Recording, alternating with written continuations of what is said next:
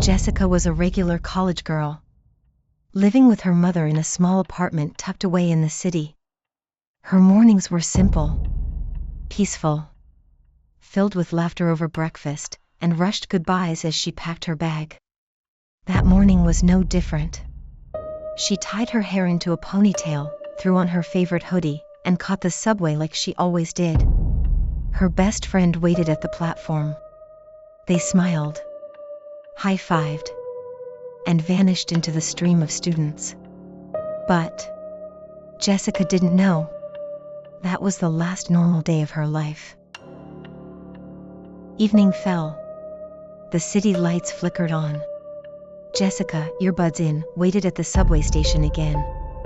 She scrolled through her phone, the music drowning out the world around her, until she looked up and saw him, a man, standing still, wearing torn, grimy clothes, blood smeared across his shirt, his mouth drooling, eyes fixed on her. He didn't blink. He didn't move. He just smiled. A wide, broken, terrifying smile. Jessica's chest tightened. Her breathing grew shallow. She turned away, pretending not to notice. But the hairs on her neck stood up. Something was wrong. The man began to move. Slow. Purposeful.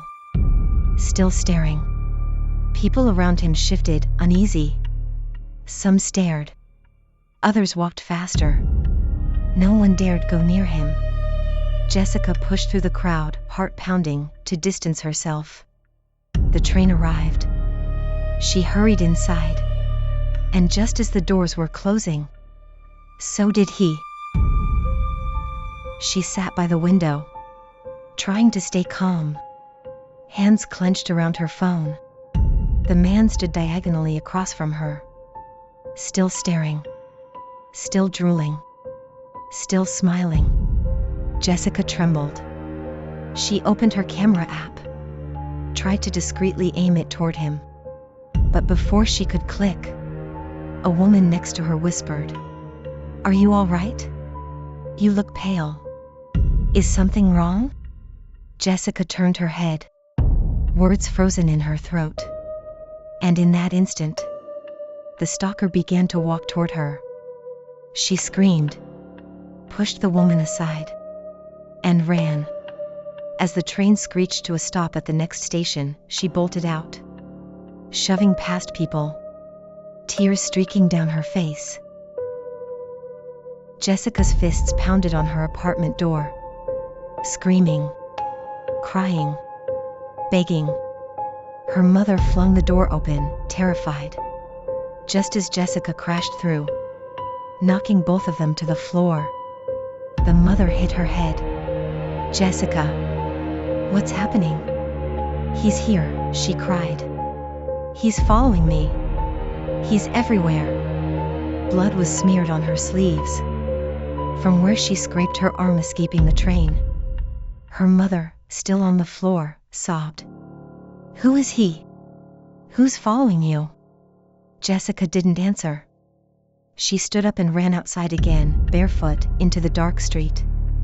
Her mother, now bleeding and dazed, called 911 in panic.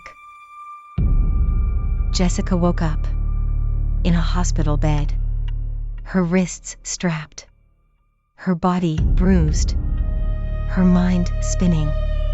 Next to her, her mother, asleep in a chair, bandaged, weary. Footsteps echoed. A doctor walked in, calm and composed. "Jessica," he said gently, "you're safe now. You're in a hospital. Everything will be all right."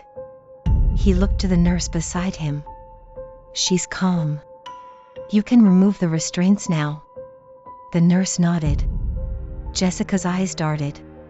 Her breath quickened. As the restraints were loosened, she suddenly grabbed her bag, pulled out a pen, and the room turned red. The pen plunged into the nurse's eye, then her chest. She collapsed screaming. The doctor barely moved before she stabbed his neck. Once. Twice. 5 times. Blood sprayed across the white sheets. Her mother awoke, gasping, only to receive 3 brutal stabs in her stomach. Jessica grabbed her mother's face. "He's right there," she screamed, and twisted her neck.